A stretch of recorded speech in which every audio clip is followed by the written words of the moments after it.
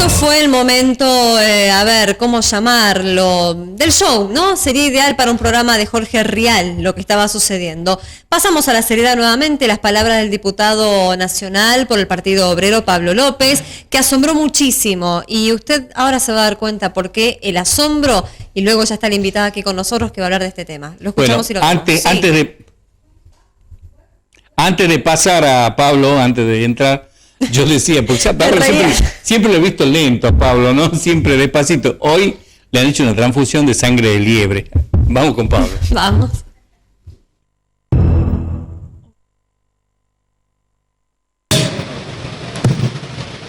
Gracias, señor presidente.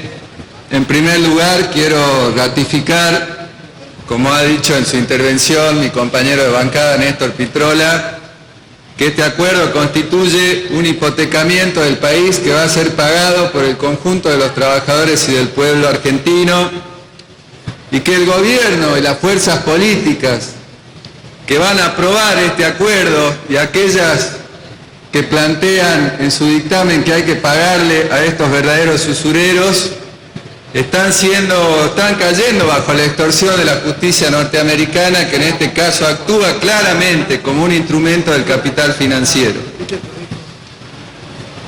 El gobernador de mi provincia, Juan Manuel Urtubey, ha sido un actor fundamental en el acuerdo que hoy se está tratando.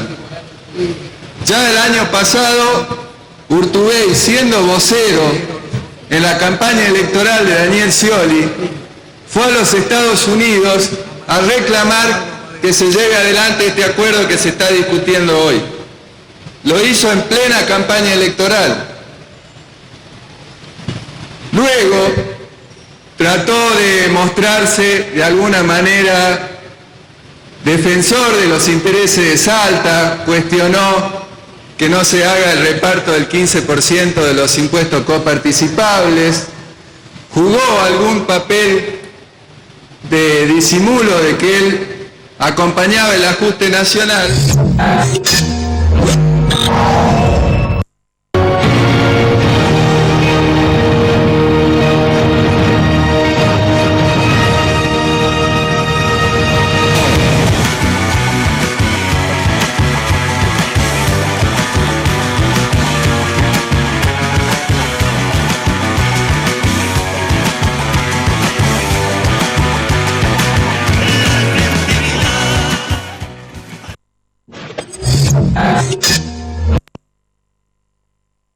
Un amplio abanico de organizaciones sociales, políticas y gremiales convocaron a esta marcha, que es un acto y vigilia en los alrededores del Congreso, para rechazar el acuerdo con los fondos buitre. A la protesta, que estaba prevista para las 17 y que ya está, ustedes están viendo que ya está frente al Congreso, van a asistir partidos políticos vinculados al kirchnerismo, organizaciones sociales, de derechos humanos y gremiales, así como militancia y dirigentes del MST y del PETS y del Partido Obrero. En diálogo con distintas agencias de noticias, Adrián Grana, diputado del Frente para la Victoria y secretario general del Nuevo Encuentro, dijo que la convocatoria va a buscar alcanzar una manifestación muy amplia y criticó al gobierno al señalar que el 49% del pueblo votó en contra de estas medidas, de este plan económico y de esta lógica de endeudamiento. Por su parte, Fernando Esteche, secretario general de la organización Quebracho, explicó: nos vamos a concentrar y vamos a realizar una vigilia esperando que no puedan constituir quórum propio y eventualmente que no se pueda legislar contra los intereses de la patria, algo que no han conseguido porque ya están desde temprano con quórum y debatiendo dentro del recinto, donde estimamos en algún momento de la jornada, si sigue el quórum, se votará, más allá del debate y las diferencias. En tanto, el secretario general de la Federación Tierra y Vivienda y presidente del partido Miles, Luis de Liga, manifestó que la protesta se va a realizar en contra de la entrega de la patria y del futuro de nuestras generaciones a los buitres, dijo de Liga. Nos vamos a movilizar contra el tercer reendeudamiento y para señalar con el dedo a aquellos diputados y senadores que den quórum o voten a favor de los buitres como verdaderos traidores a la patria y al pueblo, señaló. En el mismo sentido, el presidente de la organización política Los Pibes, Lito Borello, convocó a la manifestación en el Congreso porque dijo, creemos que hay que generar una gran movilización popular como parte de un proceso de resistencia de nuestro pueblo ante las medidas que está tomando el gobierno nacional que pueden hacer perder aspectos sustanciales de la soberanía de nuestra patria. Esta es la movilización que se está dando ahora frente al Congreso Nacional.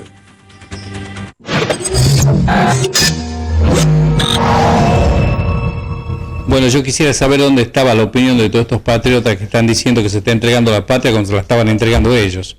Es una cosa valiosa saber cuando no se ha hecho la ley de reforma de entidades financieras, cuando no se le ha permitido la explotación a YPF, sino que se la dio a Chevron, al mismo tiempo la explotación de estos yacimientos que están en el sur se ha hecho por intermedio de firmas que son berretas. No lo ha hecho YPF directamente con Chevron, sino que han hecho un contrato entre dos empresas offshore formadas en lugares en donde se arman empresas clandestinas, son berretas todo. Bueno, ahí estaba el patriotismo, y o sea, el patriotismo a lo mejor de Cristóbal López y los 8.000 millones que se llevó, entre otras cosas, porque eso es un poco en el tema de la FIP. Es una farsa esta.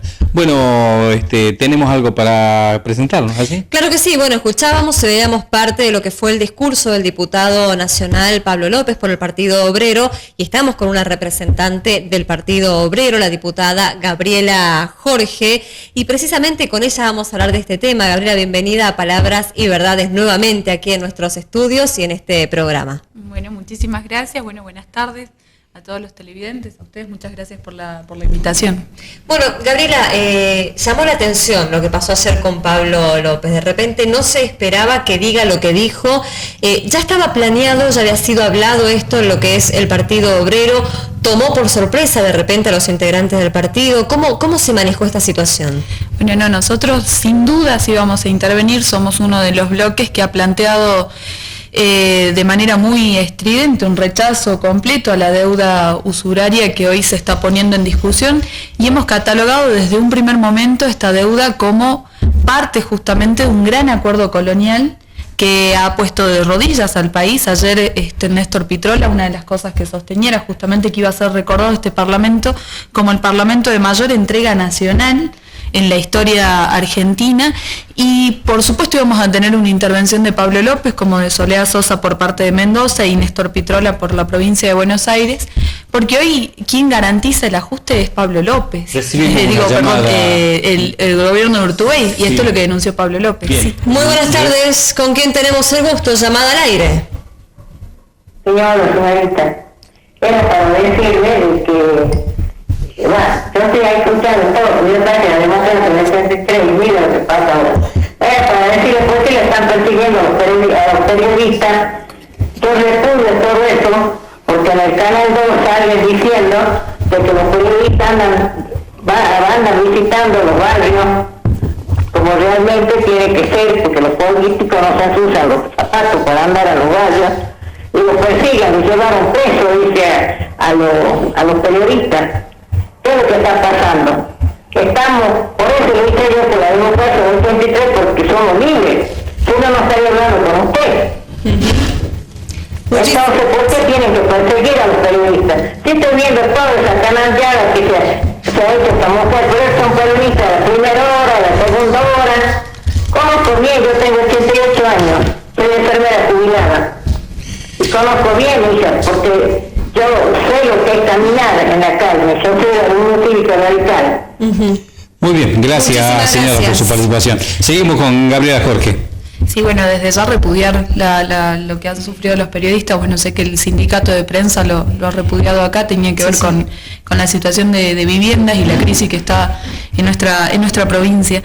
No, lo que planteaba justamente era que Pablo López lógicamente iba a intervenir, porque hoy Urtubey es quien está al frente junto con el gobierno de Mauricio Macri en este pacto buitre, como se lo ha denominado, y esto lo hemos podido ver ya desde cuando era candidato de Scioli, ¿no? Porque ha ido recorriendo Estados Unidos, ha recorrido digamos el país, tratando de levantar este programa completamente de ajuste, ¿no? Y ayer algo que hemos señalado es cómo el Congreso Nacional ha terminado convirtiéndose justamente en un Congreso a la medida del juez Griesa, que es lo que en algún sentido han venido ya catapultando durante estos 12 años el propio kirchnerismo, que ha habilitado este nuevo ciclo de endeudamiento, este pacto con los buitres y por supuesto esta situación de haber perdido cualquier tipo de soberanía nacional para evitar un pago de la deuda de estas características, ¿no? Bien, nosotros escuchábamos, Gabriela, una parte de lo que fue el discurso de Pablo López. En breve vamos a escuchar el discurso completo, vamos a verlo también. Pero para que la gente que de repente no tuvo acceso a las declaraciones o en realidad a la óptica del diputado Pablo López, quisiera que nos cuentes muy puntualmente, punto por punto, lo que él ha planteado en el día de ayer y bajarlo, ¿no?, al castellano básico para que todos podamos entenderlo. No, bueno, acá lo que hemos planteado ayer a través de Pablo López es justamente una advertencia al pueblo en argentino y en especial al pueblo de Salta, porque para poder pautar este pacto buitre en el gobierno de Macri ha tenido que recurrir a un gobierno, digamos, de coalición a la carta, y previo a esto un acuerdo entre todos los bloques para garantizar un quórum, para garantizar la votación de este pacto. Nosotros hemos advertido de esta situación porque la deuda que se está hoy discutiendo no va a ser como están aplicando un chantaje que dicen que va a ser una deuda para traer mayores inversiones, sino todo lo contrario, es una deuda que requiere como precondición un ajuste y que por lo tanto también va a habilitar un nuevo ciclo de endeudamiento en las provincias. En particular nosotros lo conocemos muy bien porque la provincia de Salta ya viene de distintos ciclos de endeudamiento. Uno de ellos fue justamente la denuncia que hace Pablo López del ciclo que se abrió con el Fondo de Reparación Histórica, pero que no ha permitido efectivamente transformar nada de la situación que sufre sobre todo el norte del país, en donde siendo pueblos productores de gas, de petróleo, no son capaces de siquiera tenerlos, ¿no?, ni siquiera la luz, el agua, en muchísimos de estos lugares. Y por supuesto denunciar el rol que hoy viene a jugar el gobierno de Urtubey en este marco de coalición para garantizar un acuerdo de estas características tan coloniales como el que está en marcha y que indudablemente va a ser para beneficio de los monopolios y los especuladores financieros, como lo ha sido en su momento el Fondo de Reparación Histórica, claro que sí, beneficiando al Banco Macro, ¿no? Bien, Gabriela, estás seguramente también al tanto de las declaraciones de Axel Kicillof. Hemos mostrado recién antes que vos llegues cómo enfrentó Margarita Stolbizer a las declaraciones de Axel, cómo de repente Victoria Donda le devuelve, ¿no?, el ponete las plumas que en su momento él le había dicho a ella por su físico cuando aparecía en los medios de comunicación, pidiendo números, pidiendo estadísticas, sobre todo en tema de desnutrición, en tema pobreza en nuestro país. ¿Cómo, desde el Partido Obrero, cómo tomaron el rol que jugó Axel Kicillof? Sin mencionar también, ¿no?, que Máximo Kirchner y Axel Kicillof en un momento se durmieron. Dejo la pregunta pendiente, tenemos una llamada al aire. Muy buenas tardes, ¿con quién tenemos el gusto? Sí, buenas tardes.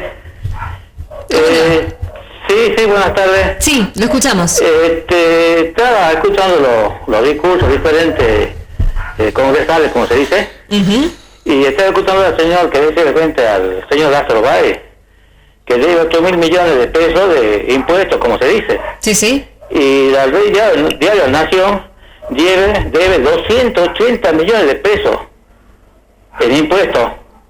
Y los señores de la justicia le dan cautelares hace 10 años que la Nación no puede cobrar su impuesto.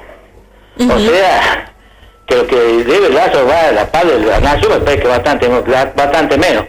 Y con respecto a lo del señor López, ellos han votado en contra de la ley Cerrojo, ellos han votado en contra de la ley de pago soberano, han votado en contra de la bicameral para evaluar la deuda. O sea, que ahora el señor Pablo López se ponga del lado de... porque ellos han votado, toda esa ley han votado junto con el macrismo. O sea, que ahora Pablo López venga y salga de independiente, me parece que es lamentable. Ese es la señora Jorge, gracias, ¿no? Muchísimas gracias por su comunicación. Bueno, bien, Gabriela. De todas maneras, antes de pasar con Gabriela, cabe contestar respecto a un error que desliza la persona que se dirigió a nosotros, en donde si la Nación debe impuestos es una cosa totalmente distinta de lo que estamos hablando, porque hablar de lo que debe otro para justificar lo que ha hecho esta persona por 8.000 millones de pesos, no tiene nada que ver. Pero lo que sí tiene que ver es que este no era impuesto, sino que es una retención que tiene que hacer el expendedor del combustible y transferírsela a la AFIP, que no es lo mismo que el impuesto. No es lo mismo. El impuesto es parte de lo que se debe pagar por aparte de esa percepción, porque esa percepción es dinero de la AFIP que se la retuvo, es decir, se la robó. Bien, bueno, Gabriela, te había dejado una pregunta pendiente, pero está bueno también completarla con lo que el televidente acaba de decir, ¿no? Como que Pablo López se dio vuelta de un día para el otro, ¿es así? No, de ninguna manera. El Partido Obrero y el Frente de Izquierda se ha caracterizado siempre por plantear un rechazo y un repudio a la deuda usuraria. Todas las leyes que se han votado durante la última década, que han sido llamadas las leyes para defender la soberanía, etcétera, etcétera, no han sido tal. Por eso hoy tenemos hoy en día nuevamente un reclamo de los buitres para pagar nueva deuda, y en algunos casos incluso esto equivale a hasta un 15 veces más de lo que ellos invirtieron en la deuda argentina, y hasta incluso han tratado de mostrar como un país que se ha desendeudado en este último tiempo, pero sin embargo las cifras muestran lo contrario. Justo yo traje... Te vuelvo a interrumpir, discúlpame, la pregunta sigue todavía latente. Llamado al aire, muy buenas tardes, ¿con quién tenemos el gusto? José. ¿Cómo le va, José? Mi amigo Raúl, quisiera hablar con él. ¿Cómo no? Ahí está. Sobre el tema de la plata que debe el país Argentina a los buitres. Está hablando conmigo, José. Raulito. ¿Qué tal? ¿Cómo te va? José te habla. José. Raulito. Sí.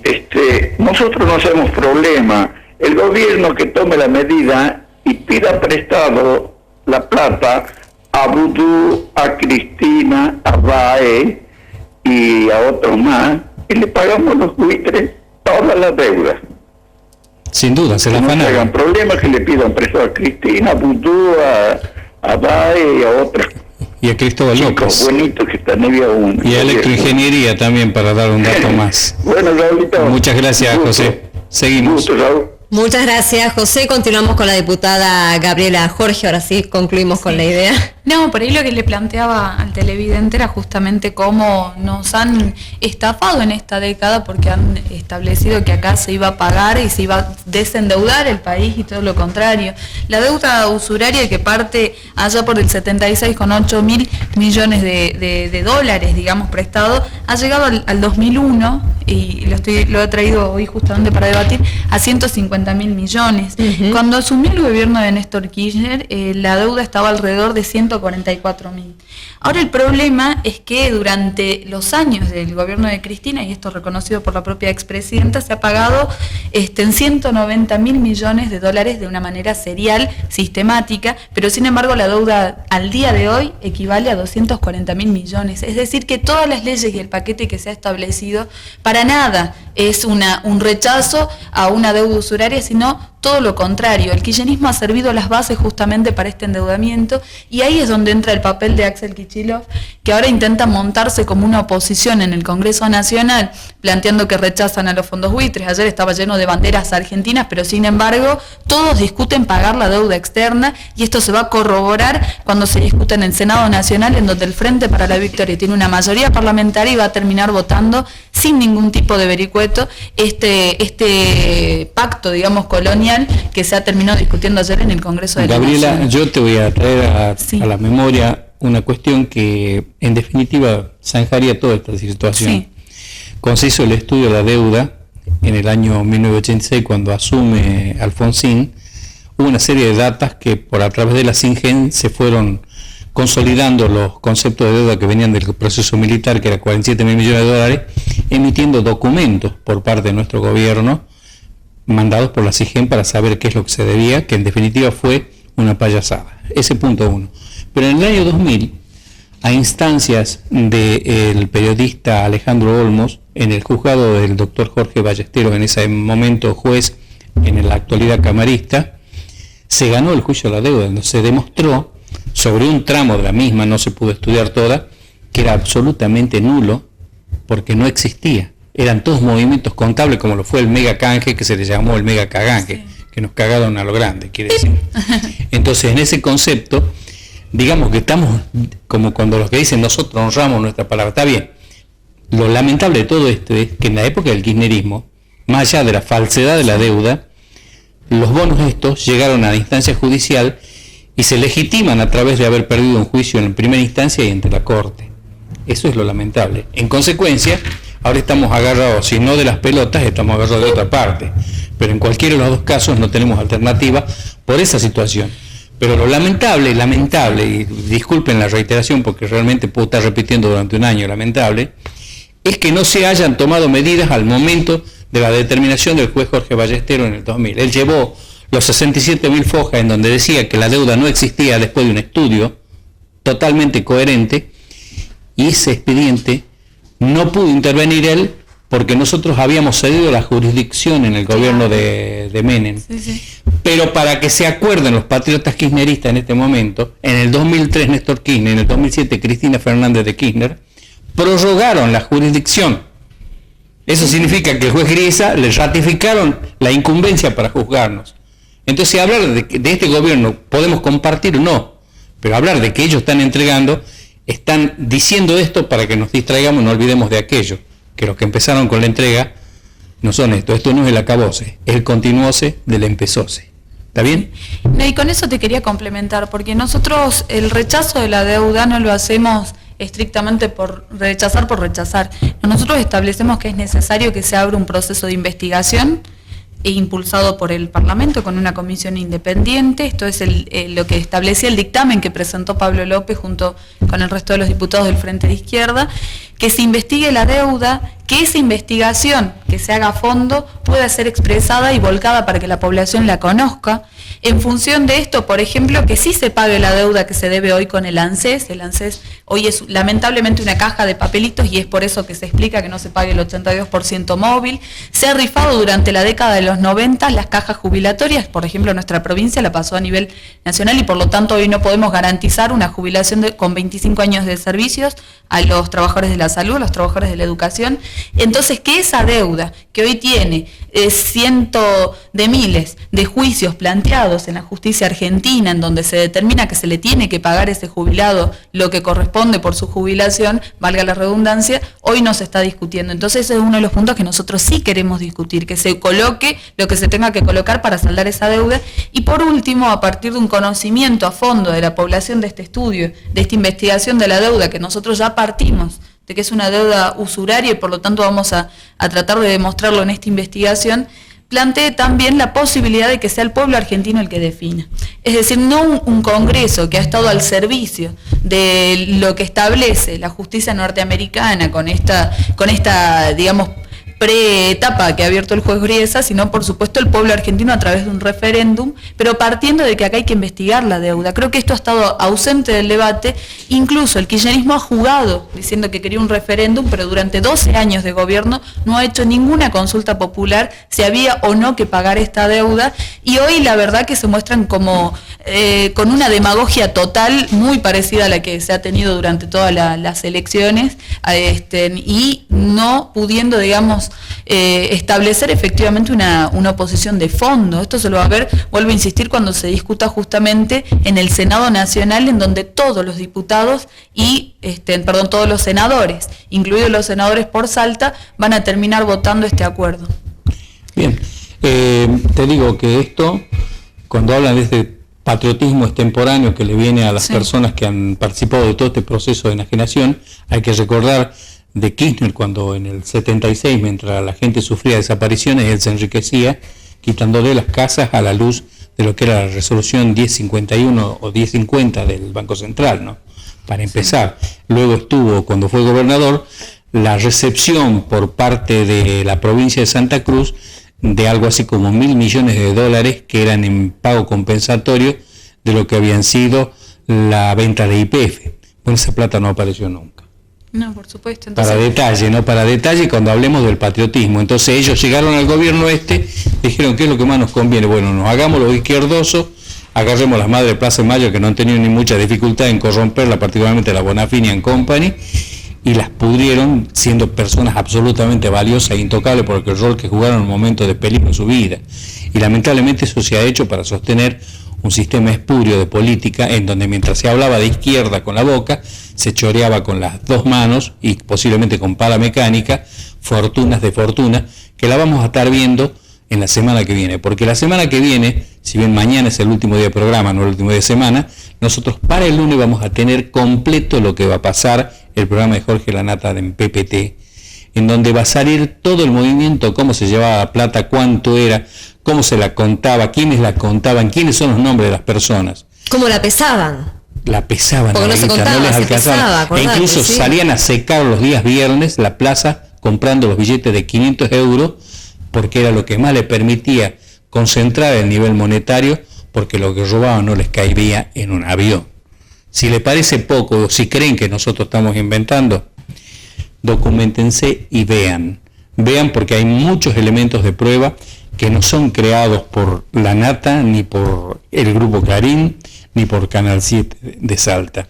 Son elementos contundentes. Yo creo, Gabriela, que en este momento las posturas podemos compartirlas o no, pero lo que no podemos disentir es que hemos estado gobernando por un grupo de personas totalmente mafiosas, porque la muerte de Nisman, más allá de que Nisman sea o no un patriota de acuerdo al punto de vista que tengamos, se deriva del hecho que estaba por entrevistarla a la presidenta o le iba a acusar directamente a ella, y dio la casualidad de esto, y ahora apareció mágicamente un audio en donde sale Nisman hablando con toda personalidad y aplomo lo que iba a hacer ese próximo lunes.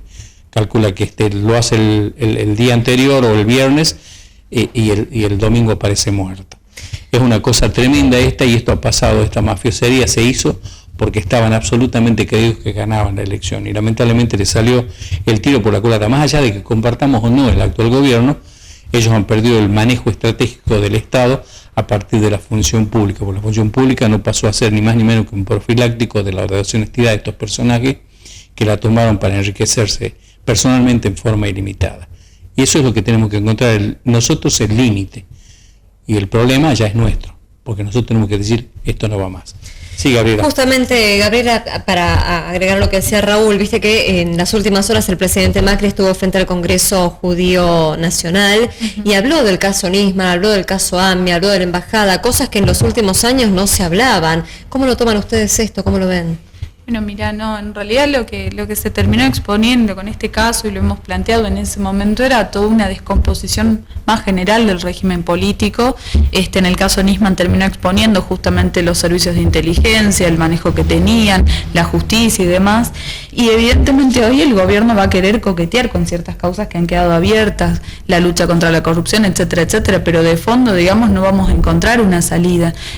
Lo que hoy está planteando el gobierno centralmente, y es lo que nosotros hemos querido destacar en el día de ayer, es que acá se va a ir un ajuste fiscal sin precedentes, que ya se ha puesto en marcha. El Congreso y las instituciones no van a ser justamente el foco de discutir cómo se sale de los 100.000 despidos que hay en el país, cómo se sale del pago del impuesto a las ganancias, sino justamente para ir a fondo con este tipo de acuerdos y de entrega. Y por supuesto esto es algo que la población no tiene que saber, porque acá la posibilidad de acabar con estos tejes y manejes que vienen de un lado y del otro va a depender si hay una intervención popular. Por ejemplo, él retoma todo esto, pero no ha abierto hasta ahora los libros de los distintos servicios de inteligencia, que es algo que nosotros reclamamos. Gabriela, sí, te volvemos a interrumpir, nos quedamos en reclamamos. Acordate tu última palabra. Muy buenas tardes, llamado al aire, ¿con quién tenemos el gusto? Sí, hola, buenas tardes, Miguel, soy del barrio El Mirador. ¿Cómo le va, Miguel? Sí, bien, quiero decir una frase sobre ayer, que todos los legisladores se llenaban la boca diciendo que por fin en la primera sesión pudieron debatir en el Congreso, porque se llenaron la boca hipócritamente, porque debatieron porque Macri no tenía el quórum propio, sino Macri ni los invitaba. O sea, tuvieron que ir porque, no sé, había que verle las cuentas dentro de una semana o dos, a ver cómo están las cuentas de esos diputados, porque eran tan opositores a Macri, Carrió se cansó de insultarlo, aunque lo apoyó en la campaña, se cansó de insultarlo, vimos todo, porque eso no era meditado, eran palabras de ella, lo trató de estúpido, de corrupto, de que cómo le explicaba a su hijo que lo iba a gobernar un inepto corrupto como Macri, lo dijo Carrió. Entonces, ayer se llenaron la boca los diputados de algo falaz, como decirle que fueron, por fin debatieron porque le tuvieron que dar quórum a Macri bajo no sé qué arreglo. Bien, Miguel, muchísimas gracias. Pero espere. Sí. La plata del combustible que decían de los 8.000 millones era de López, no de BAE, ¿no? Así es. Cristóbal López, sí, sí. Sí, pero recién estaban diciendo de BAE, el oyente que habló. Cristóbal López, 8 millones con el combustible. 8 millones es un piropo que le está diciendo, 8.000 millones. Por eso 8.000 millones, pero era López, no BAE. Sí, así es. Estaban diciendo BAE. Así es. Y después otra. El asunto de Nisman, que todos hablan, ¿por qué no hablan un ratito de del procesamiento que nosotros en el Twitter lo ponemos al procesado presidente que teníamos, que lo procesó Nisman? Y si Nisman seguía vivo, ¿usted cree que ya hubiese permitido que Macri sea presidente? Estaba procesado por Nisman y tenía que continuar el juicio. La vez pasada se llenaron la boca que Aníbal Fernández tenía semiplena prueba por lo de la cunita, porque estaba procesado, y el Nisman tenía semiplena prueba, estaba casi más de 3/4 partes convencido de que Macri era el corrupto con el asunto de las llamadas ilegales, de las escuchas ilegales. Ustedes no hablan la verdad completa, porque todos se callan, y nosotros, yo a pesar de que tengo primaria escuela, no soy estúpido, yo escucho a todo. Hablen de Macri, hablen del primo corrupto también supuestamente que está pagando la misma moratoria. Tienen que hablar de todo cuando se empieza a hablar, no una parte. Le quiero hacer otro comentario. Le quiero preguntar a la diputada, no sé qué es la chica de al lado. Diputada Gabriela Jorge del Partido Obrero, Miguel. La falta de respeto por la chica. ¿Qué opina de Fidel Castro, la señora? ¿De Fidel Castro? Sí, dígalo públicamente. Bueno, sí, nosotros tenemos una posición con respecto a la revolución de Cuba determinada, que no ha podido expandirse, y en este momento, bueno, la situación de la...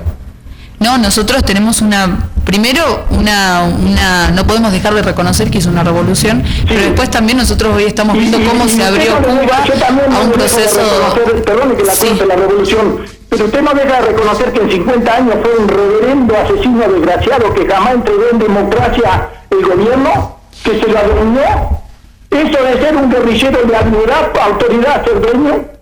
No, bueno, nosotros denunciamos todo ese proceso. No nada. Y hoy... Yo soy contra mí la apoyo a la presidenta, pero la presidenta tampoco lo denunció ante las Naciones Unidas para que llame, ni siquiera el morochito que va a ir ahora el 22, Barack Obama, tiene la dignidad de decirle a este desgraciado que llame elecciones democráticas, como si lo quiere sacar al otro que a Assad de Siria, porque Obama es lo más hipócrita y cara dura también, porque le duele un gobierno y no le duele el otro, porque a Cuba ¿qué le va a ir a sacar? Pescado, van a ir a la playa a Cuba. No, bueno, ahora está en un proceso de restauración.